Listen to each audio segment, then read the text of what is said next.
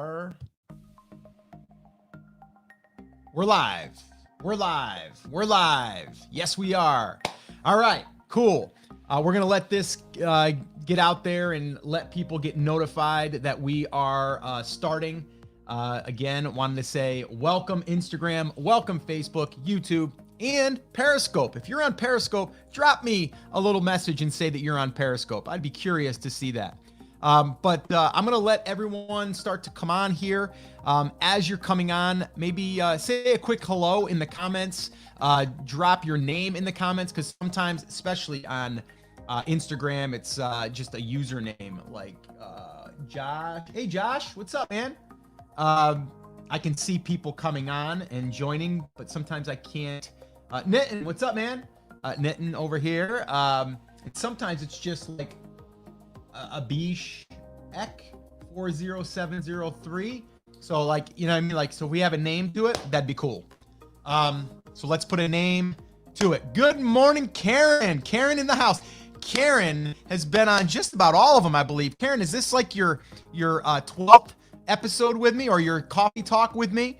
I always say episode because it feels like a podcast. Beautiful morning. Only coffee this morning. Very busy morning. Yes, but you carved out a little bit of time to have coffee with me, so I appreciate that, Karen. Yeah, I'm super excited that you're here. We've got Mark in the house from Australia, tuning in at midnight for morning coffee. I love that. That's cool. Hassan, what's up, man? Good morning to you, my friend. Yeah, Karen. Yeah, yes, it is. It's gonna be a great day.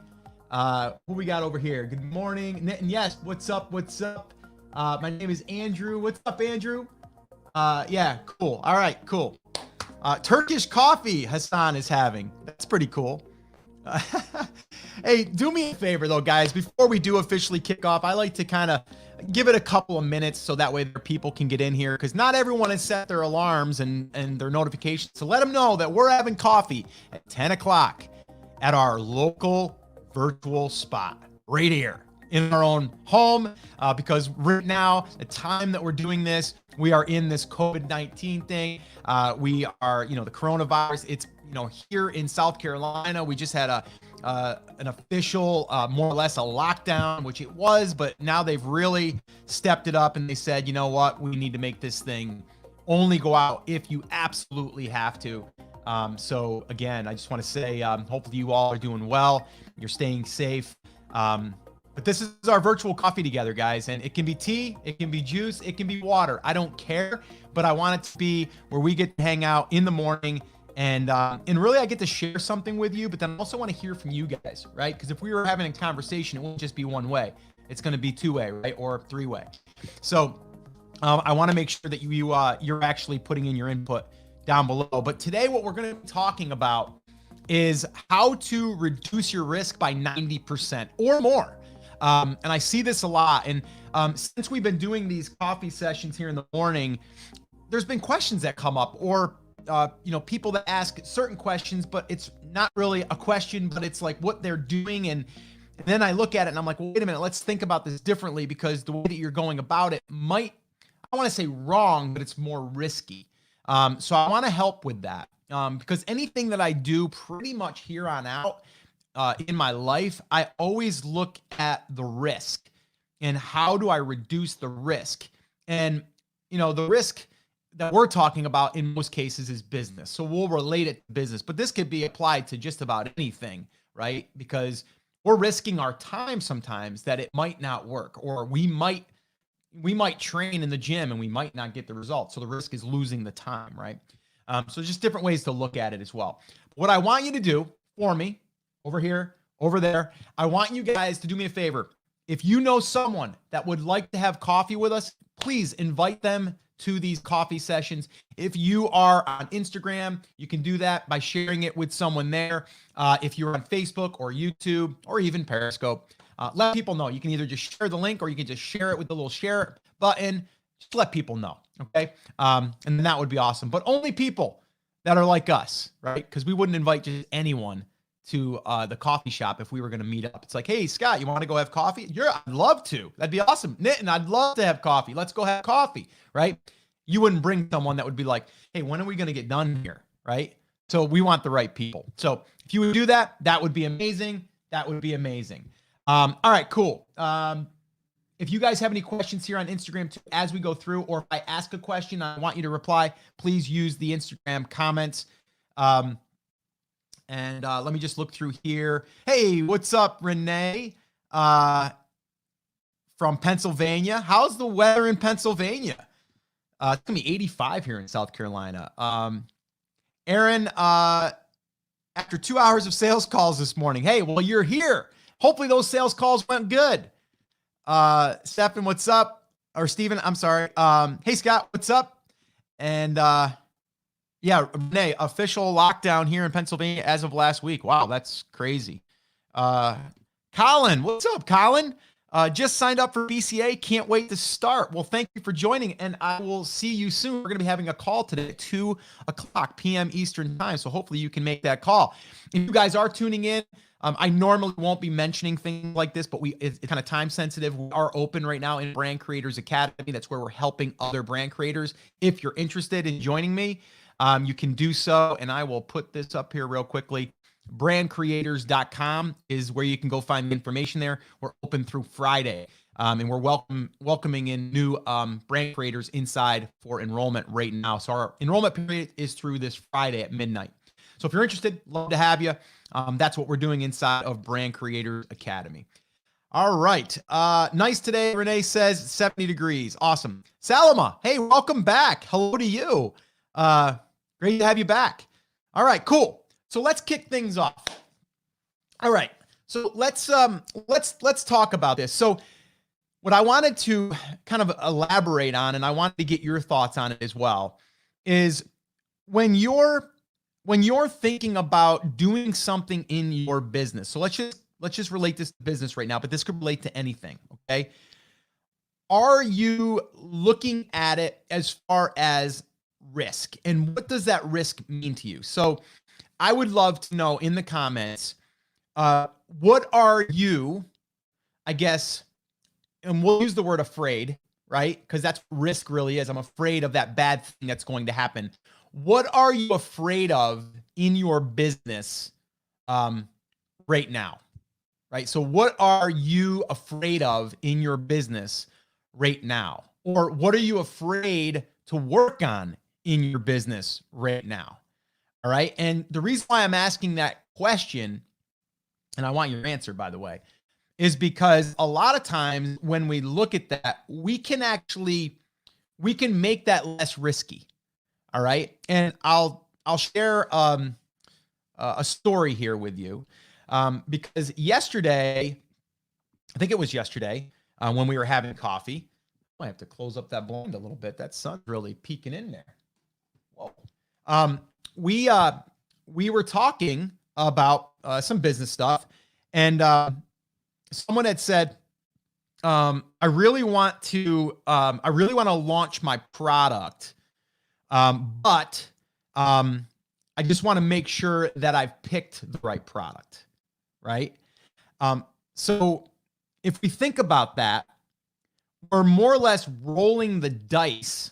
Okay, we're rolling the dice to say, I hope that product is a bestseller, or I hope that product is going to sell, or I hope that product is not going to have a whole bunch of competitors jump on, right? Or whatever, right? So when I look at that, I look at like, okay, if I'm looking at that product, first off, I need to validate that the product is selling. That's number one. So when someone says, Scott, I got a great invention, I can't wait. This is going to be the best widget to do this. And I'm like, that's great. But I always look at where's the proof that the market wants this, right? So if we can look at that as a validation piece, then we're like 50% there, right? Because now we're like, okay, we're not guessing. We're not hoping that the market's going to like this. We know it because we looked at the validation, right? And so when we can do that, then we have a better chance of knowing if we can at least get eyeballs. Now we have a better chance of succeeding. But now the other side of it would be like, okay, instead of just focusing on a product, okay, maybe we need to switch it around and say, okay, how do I get traffic? Okay. And then drive people over to the product. So then you would say, okay, but I don't know if there's traffic. Well, we haven't validated it then, right? So if we can validate there's traffic, then that's just a matter of reverse engineering what is already happening. You see what's happening? A lot of this is just validating that what you're thinking will work. If it will work, then we just have to basically show up and do it and consistently do it. So one of the things that we talk a lot about is validating traffic. Can we get traffic? So the very first thing that we do is we're like, okay, I want to know if this niche is going to work. And actually, I can't share the niche with you guys right now. I might be able to later on an upcoming call, but someone reached out to me and they're like, Scott, I want to build a brand in this niche, but it's kind of obscure.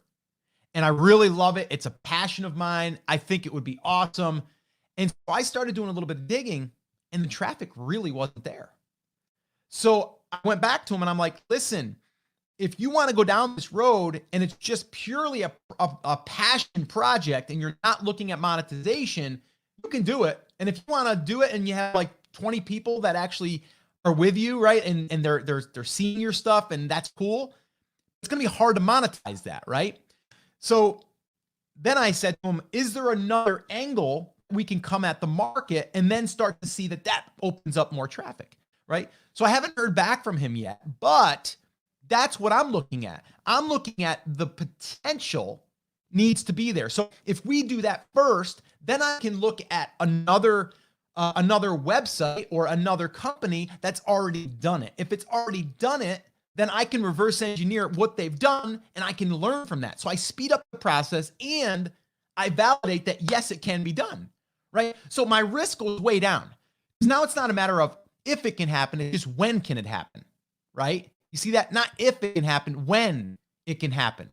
So that's all we're looking at here, right? So the first part of any single thing that you want to achieve, if you are having doubts that you're going to be able to achieve it, the first thing you need to do is validate that it can even be done. Okay? Just validate it that it can be done. And you might want to validate it a couple of different times. So a lot of times if I find one website, that's fine. But now what I want to do is I want to find another one, right? And it might not get as much traffic, but it's getting some traffic, right? And so that's kind of the validation piece. All right.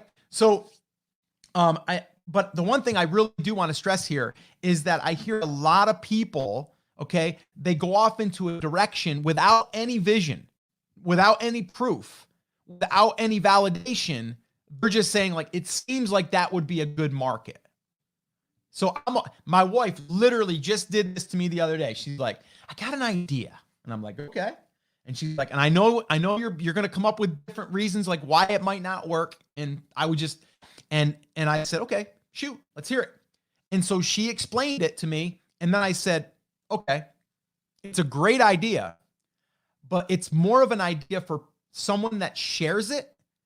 And then that person shares it. And it's like a word of mouth piece, right? I look at it like, are people searching for it? If people are searching for it, that's a different story because now I can go to the market and go, okay, what are they searching for? And then who are they finding when they're searching?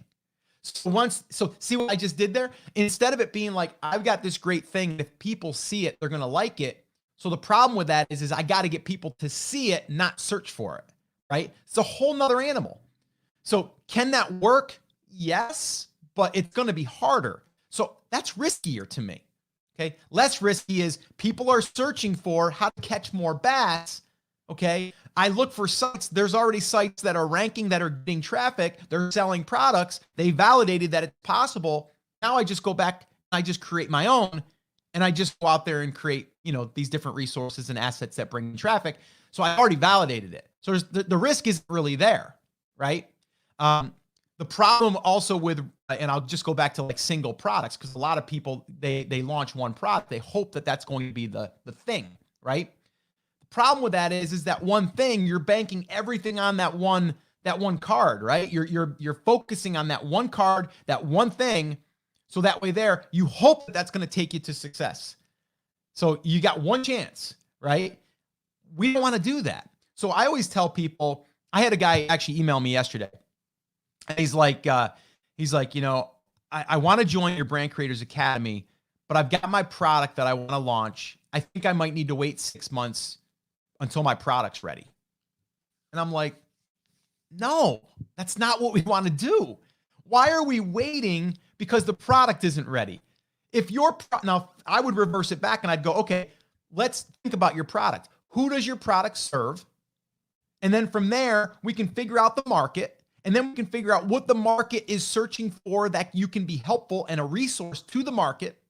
And then we can start building out content. We can start building out our email list. We can start doing all that stuff in the meantime. Why are we waiting until the product is there? That product might not even work.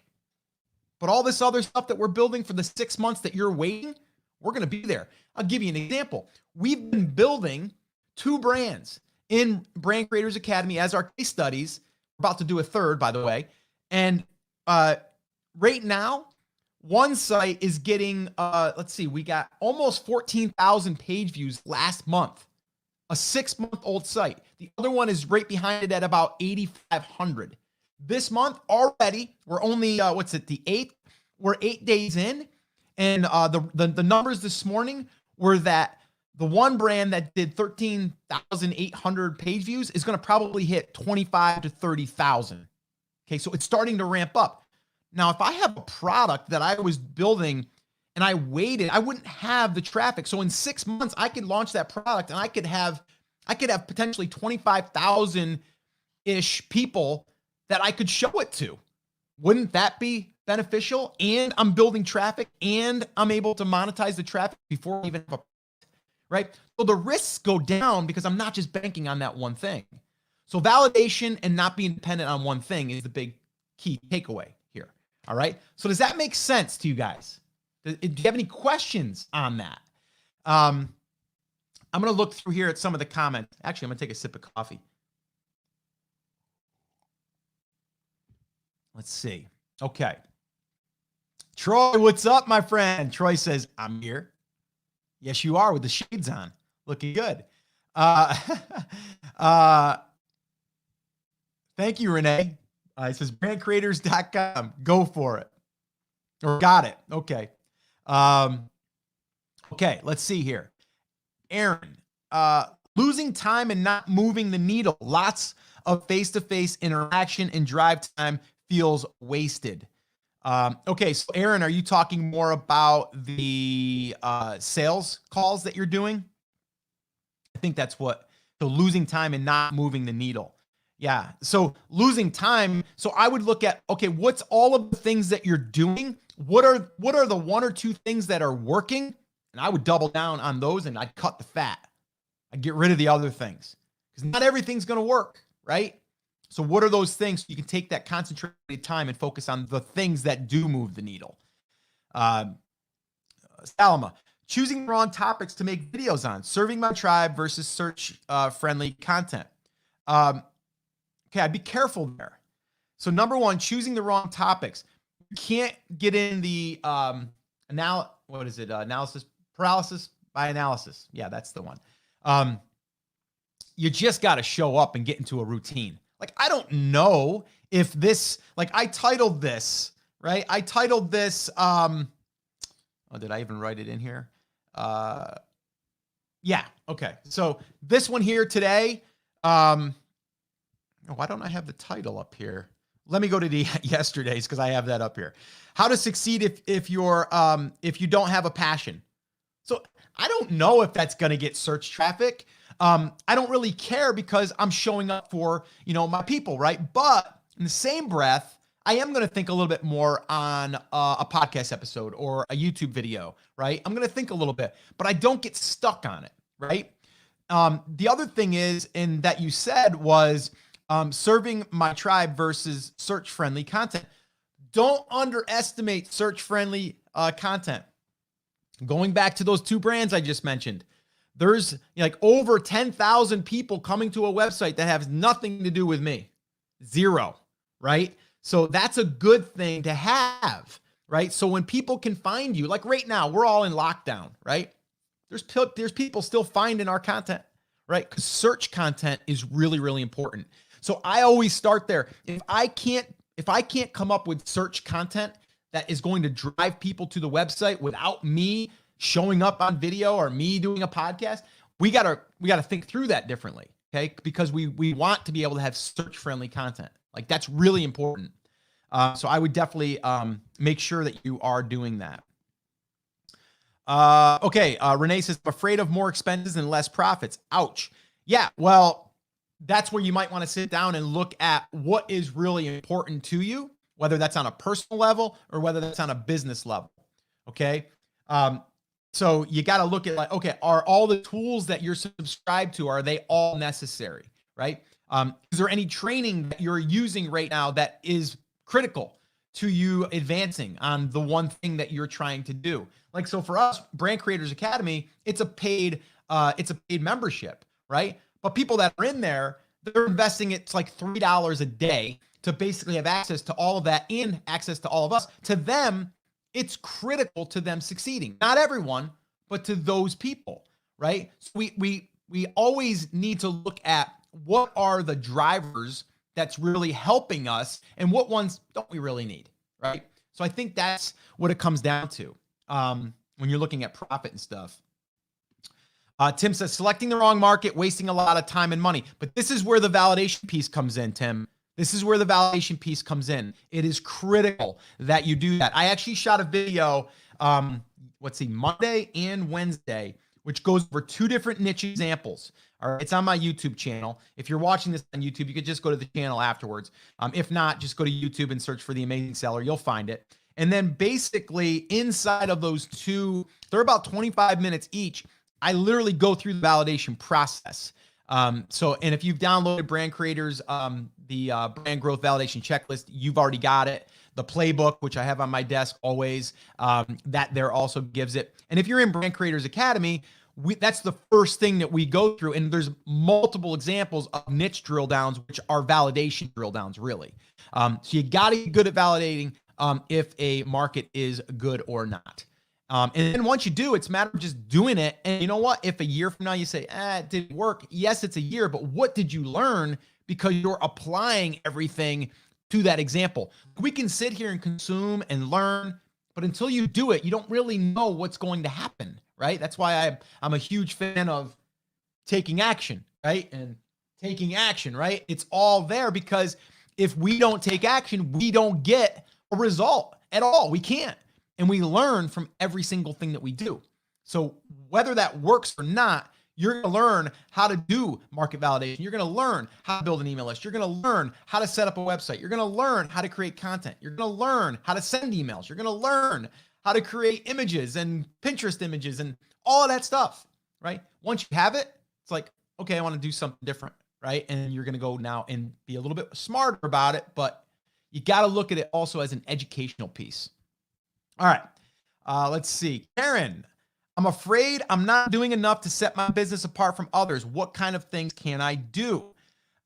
Well, again, I don't think it's necessarily about separating yourself right now, Karen. I think it's about setting the seeds. You are in a market where you need to be creating content and setting the seed and then walking away. You can't set the seed and then sit there and watch it grow. Like you're just going to be sitting there like, I think it grew about a centimeter. That's, you got to drop it, go, drop it and go, drop it and go. Okay. And then it's not going to matter about separating you. Okay. At this point. Now, later on, yes, you can separate yourself, but it's not about giving more always. It's about what do they need? What do they want? And then how do you give it to them so they can consume it? Right. So to me, in your market, it's really a content play. You are in a market that needs to put out content on a regular basis. All right. That can be found on search, by the way. I know Salama just said, something about like she wants to focus more on serving her tribe versus serving search content. I would lean the other way right now because when you're setting the seeds, those are all going to lead back to you, right? And your brand. So if you have that advantage, you're going to have more traffic than your competition, right? Because you've gotten good at that, right? So don't underestimate the power in you being good at getting traffic. If you can get traffic, monetization's easy, okay? So don't forget that. Let's see here. Renee says, validate the traffic first. Yes, right. Because if I think that, underwater basket weaving is a great market, I could think it all day long, but until I see proof of it, it doesn't mean anything to me. Traffic is key to me because here's the deal. If I can validate that, let's say that a site can get 100,000 page views, I know that I can turn on ad networks with 100,000 page views. And I know that's instantly going to be money. So I know that. I already know that. I also know that if I have 100,000 page views in the right market, there's going to be affiliate products that I'm going to be selling to those people. I know that. But I know it also because I've also looked at other websites that are getting traffic that are also monetizing through ads and through affiliate stuff. My own products comes next, right? So again, validating the traffic first is huge, huge. Let's see. Salma, choosing the wrong people to serve, people who have no money to spend. Well, yeah, that also comes into what kind of content you're putting out there, right? So some would say, Scott, you're putting out content to people that might not have money because maybe they're starting a business and they don't want to spend $10,000 to start a business. So you know what I mean? Like you can't, you can't always look at that, but you also have to look at the right, content you're putting out there to bring in the right people. So you might want to play with that. You might want to mix that up. I do have people that are just starting that don't have a lot of money, and I'll help those people. But there's also people that I'm helping that do have money because they have existing businesses, or I help them build the business. And then when they build the business, now they have money to invest in maybe coming to the lake house and doing a workshop for $4,500. Like maybe that's it, right? And now that isn't for everyone. And I'm not expecting everyone to be able to come to do that. It's at the right time, at the right place in their business. So for you, it's a matter of, you got to put out different types of content, but you're right. You can't just go out there and just be like, if you're going to give like money saving tips all the time, it's not always going to be the best, right? It's not always going to be the best content because they're looking to save money. So why are they going to buy your stuff, right? So you got to be careful with that. You are right on that. Let's see. Stephen, if you have not launched your product, what is drawing in your traffic? Okay, so if you haven't launched a product, forget about the product for a minute. Okay, first thing I want you to ask yourself is, who's the market and what are they searching for? Like that's it. That's all that you have to do. Okay, is basically I got a message came through here. Okay. If you haven't launched your product, what is drawing in your traffic? Forget about the launch. Forget about the product for a minute. Okay. Who's the market that's going to buy the product? From there, we can then start to say, okay, how do we get the traffic to come over that could be potentially into buying this product? So a lot of people start there. You're not alone in that, by the way. A lot of people start there. We don't want to start there. We want to start about the market. Who is the market? Validate the market has traffic. How do we get the traffic? And that's what we want to do. Let's see. Troy. Uber Suggest gave a score of 100 for monetizing my niche. Is that important? No, that's not important. Don't worry about that. And Troy, we're having a call today at 2 p.m. for brand creators. If you have any other questions, drop them in there. Show up live if you can. I know that you do have a job, so you might not be able to make it. But if you have any other questions, drop them in there. We'll answer them today on that live call. Mahal, I think, but if we don't separate into our niche, why would they bother to buy from us? I'm not really sure I understand that completely. If we don't separate into our niche, but you are going to separate into your niche, right? Like if you're selling outdoor gear, that's too broad. We need to focus it down into that specific niche, bass fishing, or deep sea fishing or whatever. So we are going to separate into our niche. And the reason why they're going to buy from you is because your content is going to be so related to it. Example, if you had a piece of content that was about how to catch more bass in a pond, they found your post and you have lures in there that help you catch more bass in a pond, they're going to buy through that post, right? If you have an email list that has been that has been created because you put out a lead magnet that says, here's how you catch more bass in a pond. And then they come into your email list and you notify them about different tips and stuff. They're going to buy from you because you've got the know, like, and trust element now. So that's what we're talking about. Hopefully that helped you. Tim, I did go through the validation checklist in the playbook. It was really helpful. The only area it didn't validate was very few physical products. There's a ton of traffic and lots of digital content for sale. I'm okay with focusing on digital content and less on physical products. Good idea or bad? I love that idea. Like, don't get fixated on because it's a physical product. You know what? Physical products are hard. They're hard, okay? And anyone that sells them will tell you.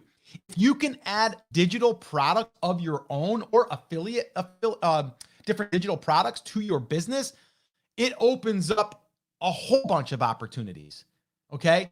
The problem with a lot of businesses is they can't find digital products to sell, or they can't find digital ways or, digital assets that make money, like through traffic and through, affiliate offers, through, physical product. I'm talking about affiliate offers.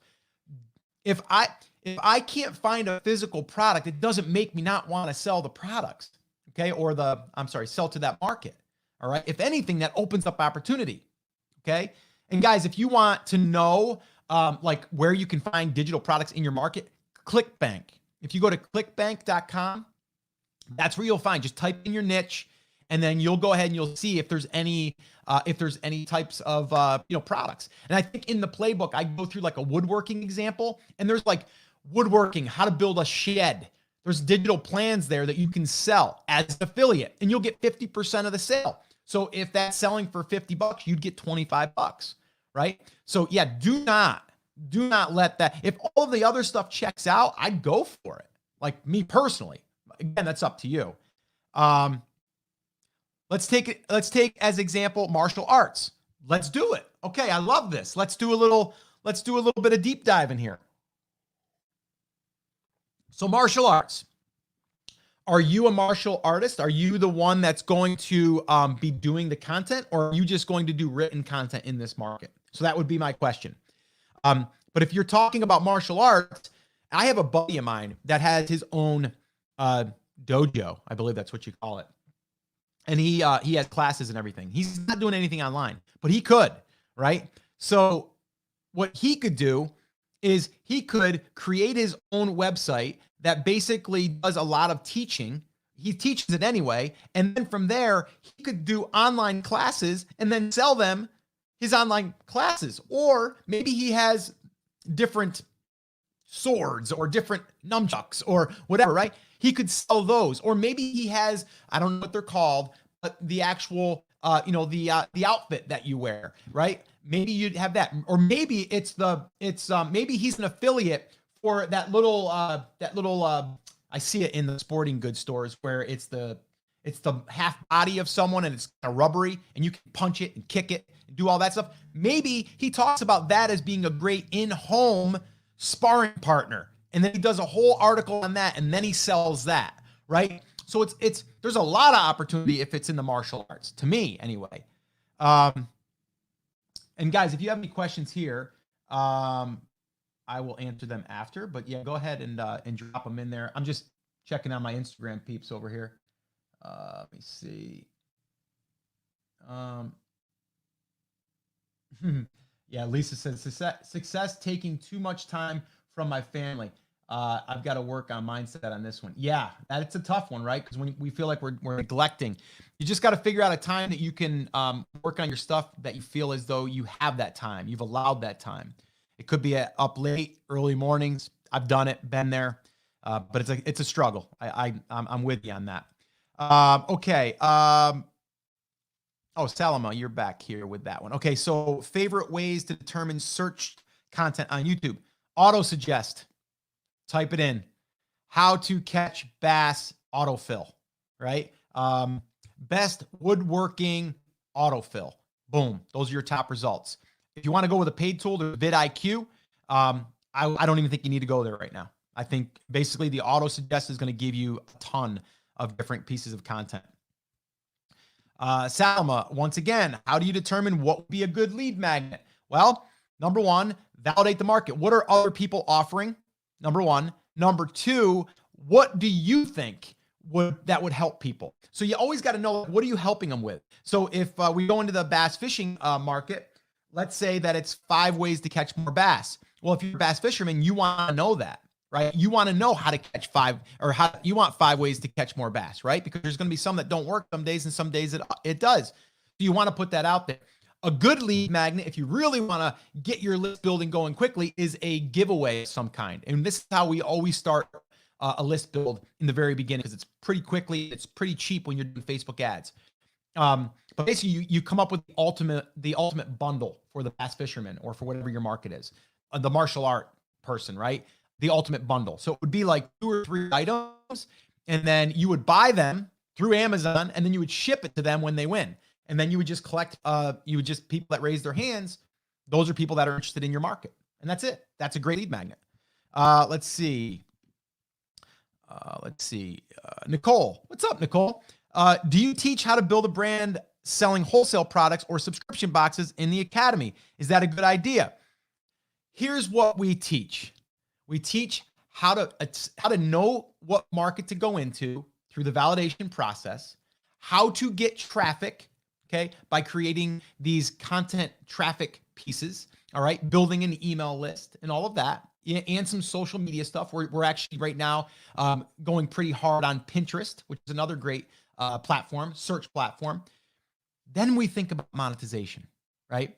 So wholesale, I actually have someone in there, Todd Welch. Give a little shout out to Todd. Todd actually does wholesale. He's in our Brand Creators Academy, but he's also building out his website for traffic and to use affiliate deals or offers. And then he also has wholesale products. So wholesaling products is just another way to monetize. A subscription box, another way to monetize. But once you kind of get consumed in, I got to figure out wholesale products, I got to figure out subscription boxes, you start losing sight of the traffic piece, right? So we always start there, build foundation up through the traffic, through content and email list building and social media and Pinterest now. And those are the things that we're working on. Once we do that, then we start thinking, okay, now we got traffic, we got eyeballs, how do we monetize? So that's what we do. So the answer is yes, we teach all of that, but wholesale is just another piece of it. And we actually have someone in Brand Creators Academy, Todd Welch, by the way, who actually, I think he even teaches this privately. I'd have to find out more, but I'll probably have him come on as one of our spotlight guests that will teach part of that. But so we bring in experts that teach that stuff, but it's not our main focus. Selling a physical product is not the main focus for us. It's building out the traffic through our home base, getting traffic streams coming in, and then how do we monetize it? And we want to validate that stuff up front, but then we get to that stuff a little bit later. Hopefully that helped you, Nicole. If you have any other questions, let me know. Let's see. Okay. So Mihail says, I practice myself. So you practice martial arts. So here's a perfect example of how this could work, by the way. So let's say that you're just learning and you could document your journey, okay, and create a blog or a website that documents your journey on how you are starting and then how you're progressing, what you're learning, the different products that you're using. Like, that's it. Like, you could totally do that. The guy that I'm thinking of that's done this really well is Jesse from Still It. He's got a great YouTube channel about distilling alcohol. And he started by just learning the process and then documenting the process. All right. So documenting is a powerful thing, and you're creating a trail and breadcrumbs in a sense for people to actually find and then follow you, right? And follow the process. So I think that's a great idea. Tim, man, you guys got a lot of questions. I love this. How do you know people are buying the digital content that I see for sale? Example, ClickBank. Is it safe assumption that because people are creating digital assets that consumers are buying them? It doesn't mean that they're buying them, but one thing you can do, there's a gravity number in ClickBank. It's called gravity. You'll see that gravity number. I believe if it's higher, I'd have to go back. I haven't checked that in a while, but if you look at the gravity number, you'll see that if it's higher, that means that there's sales going through, and there's probably a formula that you can find. But again, I wouldn't get hung up on that. You told me that there's traffic. If there's traffic and you can turn on ads, you're going to make money. If you have traffic, you can promote affiliate products. There's going to be money. If you get traffic, you can do sponsors, right? That want to get in front of your traffic. That's another option, right? And so there's a lot of options there, even if there isn't that digital product.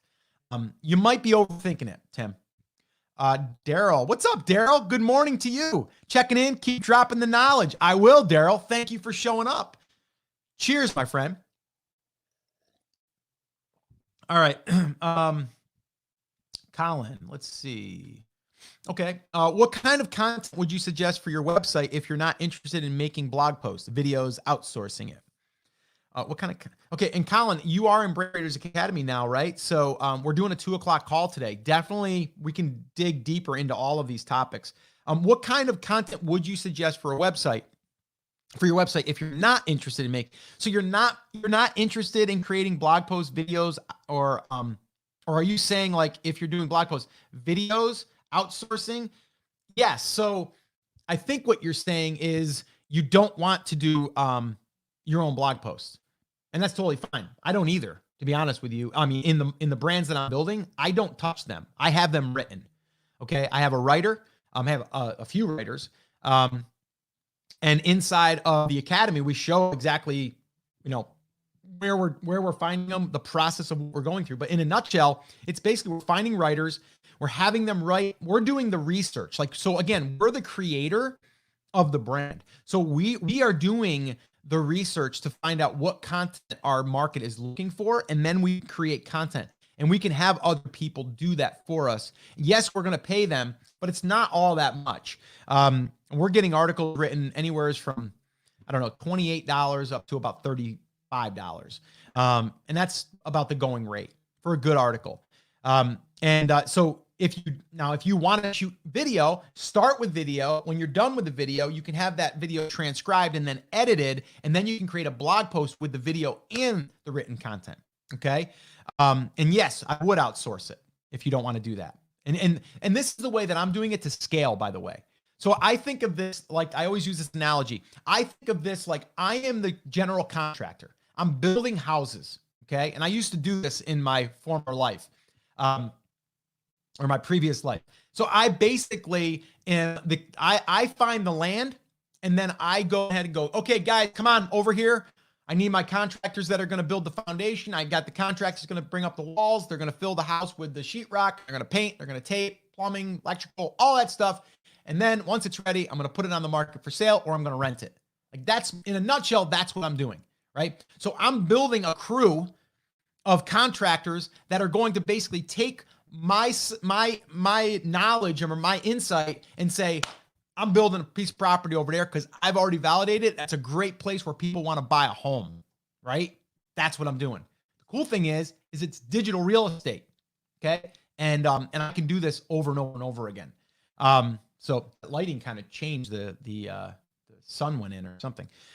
So hopefully that answered your question, and we can talk more about that, Colin.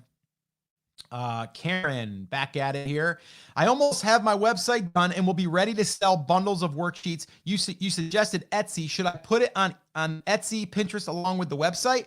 Should I just put it out there on many different venues or just the website? No, wherever you can put it, right?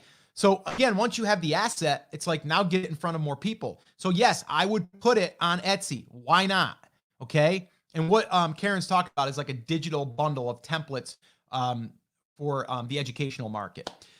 So I would definitely put it there. I would definitely create pins that would lead back to the website, but then I would put it on the website, right? So the website is the home base. Those are our outside, sources that are going to bring people over to the website, or on Etsy, they can buy all on their own right there. So yes. So hopefully that answered that question. Nicole says, thank you. I'll sign up. Hey, would love to have you. Octavio, what's up? Serve first, give value, then monetize. Yes, and Octavio is one of our Brand Creators Academy tribe members and crushing it right now with content. Really stepped up over the past month, and I'm excited to see where that goes. Great market too. Thanks for stopping in, Octavio. I'll see you at 2, hopefully. Let's see here. Salama, how do you ensure you are recommending good ClickBank products? Well, first off, I would buy the product. I would never recommend anything that I didn't personally buy or have experience with or know someone that purchased. That goes for physical products too. So I would make sure that you are buying that. The other thing that you're going to do is if someone's selling a product on ClickBank, it's good to see their funnel, right? So I would buy the product. I'd go through the entire funnel. I'd see where they're upselling me, where they're downselling me, where they're adding a little, an extra sale here, extra sale there. I'd like to see if I'm going to get commission on those. A lot of times you'll get commission on the entire funnel. So that funnel that might have started out as a $29 ebook might turn into a $199 course you're also get compensated for. So I would go through the process anyway. Do not just recommend products because you want to throw some products up there. Don't do that. This is representing you as a person and as someone giving value to the market. So we're not doing this just as a money play. It's a genuine value play. Are they getting value from what you're recommending? So make sure that you do that. Let's see. Mihail, how do you choose the blog writers per topic? Or do you have one for the full blog? Where do you find them? I could find any on Fiverr, cheaper than $80 per article. Okay, so a lot of questions wrapped up in that little blurb. Thank you for that, by the way. How do you choose the blog writers or per topic? Yeah, so the way that we like to do it is I like to find a writer that's going to write for that entire niche. It just makes it easier for them, and then they're just going to start getting into a rhythm as well. We have tried a variety, and people in our academy have tried a variety. And to be honest with you, it's going to take a little bit of digging to find the right one for you and your market. Because I might have someone that I get on Upwork that works great for my market, but you aren't going to find one that's good for your market. So you do have to test, and it will take a little bit of trial and error. But what I do is we usually start with iWriter.com, believe it or not, iWriter.com. And then we'll go for more of a higher level writer, not a lower tier, and we'll give them some test projects, and that's basically it. We also have used Text Broker. We've also used Content Pit and Upwork. But right now, our primary writers are I have one that's independent that I got from iWriter. And we had a whole long story there, but I ended up hiring him to write just for my one blog. And then another one is on iWriter, and that one there, it writes specifically for this one niche. And I have another one on iWriter that also writes on that niche, but only sporadically. And then I have a new niche that we're going to be starting, which we're probably going to start with Upwork and probably iWriter, but Upwork because someone that's going to help me manage that side of it, that's going to actually help with it. They're more familiar with Upwork. So again, it depends. Chris Schaefer will love that, that I said it depends. But it's true. You got to just test it and try it. And yeah, $80 an article is a lot. I mean, their Content Pit is probably in that realm. They're like $50 to $80. But I would, in the beginning, you want to find someone that's between like $25 and $35. Fiverr would not be the place where I would start to find a writer, to be honest with you. Salma, at what point in your business should you hire a writer or any other VA? Well, it makes, I think the question is like, do you have enough time to do it on a consistent basis? If you do, then do it yourself. If you are being handicapped because you can't get it done, you don't have the time, you've been procrastinating, then you need to hire someone. But I look at it this way, like, what are you willing to invest in your business, right? So when you're starting a physical product business, it's going to be between $2,500 and $5,000 minimum to just start, because you got to get a product up and running, right? With a blog like this, you can start for as little as $100, but if you want to start hiring writers, I mean, and you're going to do like at least one article a week, let's call it $30, right? So you're talking what, $120 a month to have writers, and that's 4 articles. So I would say as soon as you can, hire a writer. And if you want to write too, that would give you double the content. I would lean on do it as soon as you can. And as far as other things that VAs can do, what are you doing that you shouldn't be doing because you're just trying to save a buck, right? So a lot of times you got to get out of your own way in order to grow. So for me personally, like I'm not going to take my podcast episode and I'm not going to sit down and do the upload, and I'm not going to do the writing of the show notes, and I'm not going to do the linking and stuff. It's just not worth my time. It's better. My time's better spent here, right, with you and with the microphone. So sometimes it just takes looking at your business. Colin, great. Thanks for the answer. Just waiting to be accepted to the Facebook group, and you'll see you on the call. Yeah. Okay. Yeah. And we're going to be approving people sporadically as they come in. So that'll be done fairly soon. And I also got something I'll be sending your way, so keep on the lookout for that. All right. We went a long time today, today's coffee talk. How much staff do you have other than writers? I keep it lean, to be honest with you. And this year I'm actually cutting back not because of cost, because I want to streamline it. I want less. I want more concentrated work being done. So a lot of times it's simplifying the process and then simplifying your team. So in all honesty, if you count VAs, like 5, like that's it, for what we're doing here. So it's not that bad. Probably could get away with 3. But I'm really looking to be able to free up more of my time so I could do more of this and not some of the back end stuff that I've been doing that I shouldn't be doing. A lot of times it's like, should you be doing that? Like, is this a monotonous thing that you should be doing or shouldn't be doing?